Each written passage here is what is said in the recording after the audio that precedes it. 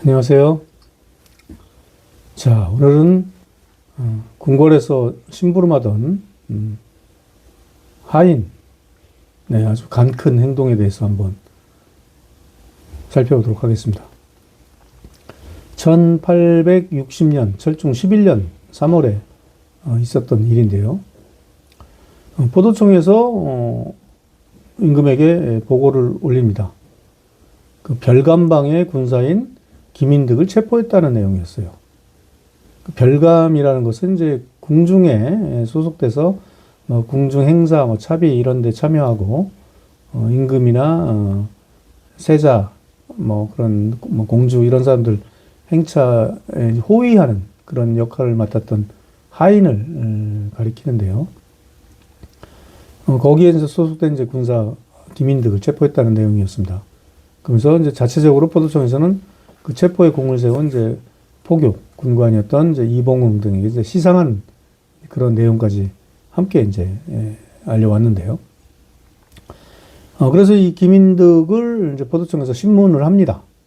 그래서 이제 넌 어떤 놈이냐 했더니 20살이었어요. 아주 젊은 나이죠. 경기도 양주 태생이었고 어려서 부모를 잃고 고아가 되었다고 합니다. 그래서 여기저기 떠돌다가 6년 전인 1854년에 서울로 올라왔답니다. 이제 고하고 의지할 데가 없으니까요. 그래서 이제 품팔이 하면서 여기저기 남의 집 고용살이 하면서 그렇게 이제 지냈다고 합니다. 그러다가 3년 전인 1857년에 어떻게 연출을 타고 이 별감방에 소속이 되어서, 그런데 그 사료에는 찬군사 이렇게 표현되어 있어요. 반찬할 때 찬. 그러니까 부식 담당하는 그러한 일을 하지 않았을까 그렇게 짐작이 됩니다. 자, 그래서 이제 사건이 어떻게 일어났나? 지난달인 2월 20일부터 한 10여일 동안 그 궁궐에 이제 이란문이라고 하는 이제 문이 있었는데 거기에 아마 공사판이 벌어졌던 모양이에요. 무슨 일 나는 게. 그래서 거기서 품삯을 받고 일을 했다는 겁니다. 근데 당시 좀 궁궐 소속 어쨌든 하인이지만 군사였는데 따로 아마 봉급은 없었던 것 같아요. 이게 아마 그래서 그만 거기 있으면 그 연출로 다른 일도 하고 아마 그러면서 생계를 유지하지 않았나 싶어요. 따로 봉급이 없었으니까 여기서 또 품삯을 받고 일을 했겠죠. 아무튼 이제 이렇게 일을 하려고 여기를 이제 출입을 하다 보니까 자연스럽게 나인방 근처에 자주 갔다는 거예요. 나인이 이제 궁녀죠. 이제 궁녀들 머무는 숙소 근처에 또 자주 갔고, 그러니까 이제 나인들도 좀 약간 힘든 일 있으면 이 김인득한테 좀 부탁하고 했던 것 같아요. 물 좀 길어다 달라 하면 물도 길어다 주고, 대신 이제 나인방에서 이제 남은 음식 같은 거, 요깃거리 같은 거 좀 받아 먹고 그러면서 친분을 쌓았던 것 같아요.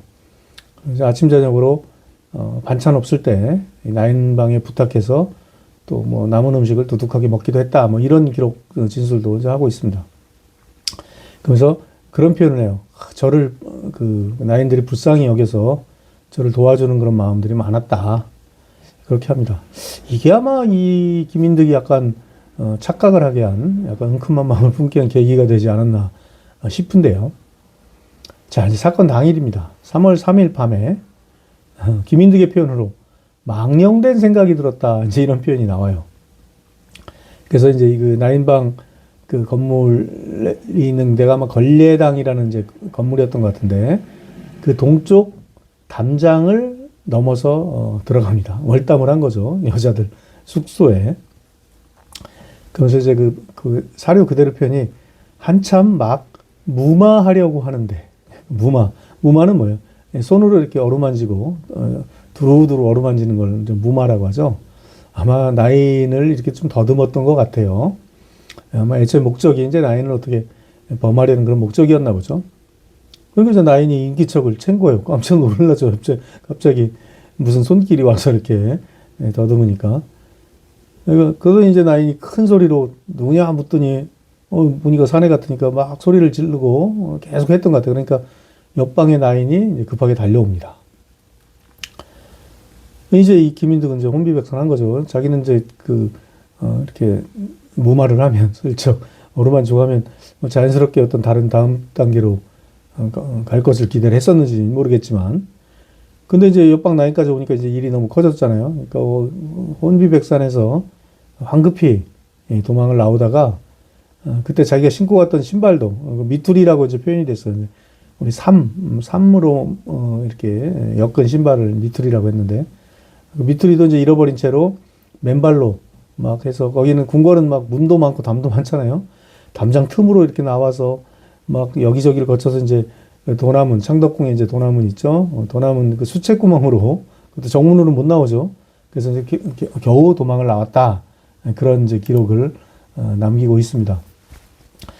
그리고 이제 나와서 어디 이제 갈 데가 없잖아요. 그래서 자기 그 고종사촌 누이가 그 양반집 횡랑채에서 아마 이렇게 일을 했던 것 같아요. 양반집 횡랑채에 있었다가 보니까 뭐 종이 됐든 아니면 무슨 식모살이를 했던 것 같죠. 그래서 고종사촌 누이가 있는 양반집 횡랑에 몸을 숨기고 한 사나흘 머물었답니다. 근데 이제 여기 계속 있으면 또 서울에 있으면 잡힐 것 같으니까 자기 그 친여동생이 아마 고아됐어도 형제는 있었을 테니까요. 그 친여동생은 이제 양주에 계속 살고 있었던 모양입니다. 그래서 친여동생 집으로 몸을 피하려고 3월 13일 날 오후에 양주 북창에 아마 친여동생이 집이 있었던 모양이에요. 북창으로 이제 가다가 길이 머니까 이제 양주 읍내에 자기 지인인 최성복 집에 이제 하룻밤 잤는데 그 이튿날인 3월 14일 날 이제 체포되었다. 이제 이런 내용이었습니다. 그러면서 이제 항변하기를 나는 뭐 물건 훔치려던 것도 아니고 훔친 물건도 없다. 뭐 그렇게 항변합니다. 그래서 이제 포도청에서 보고서를 올려요. 미천한 천인이 훔칠 생각이 있었으면서 담장 넘은 죄로만 돌리니까 아주 해괴하다. 근데 여기서 좀 의문이 생기더라고요. 저는 애초에 목적은 사실은 몰라 저희가 보기에도 물론 물건도 뭐 생각이 있을 수 있죠. 근데 둘 다 그건 이제 부인하는데 애초 목적은 자기가 이제 망령된 생각이라고 했잖아요. 그 내용은 되게 나인을 범하려던 그런 은큼한 생각이었을 가능성이 높은데 이걸 무시하고 그렇게 진술을 했는데도 불구하고 그 얘기는 아예 거론 안 하고 포도청에서는 절도미수로만 몰아가는 그런 보고를 보입니다. 되게 이제 수사기관 같은데 가급적 죄를 이렇게 좀 키우잖아요. 그 당시 궁녀를 범하려던 것보다 궁궐을 물건을 훔치려고 한 죄가 더 크다는 그런 뉘앙스입니다. 물론 궁궐 물건 훔치면 큰 죄예요. 이건 뭐 사형에 해당하거든요.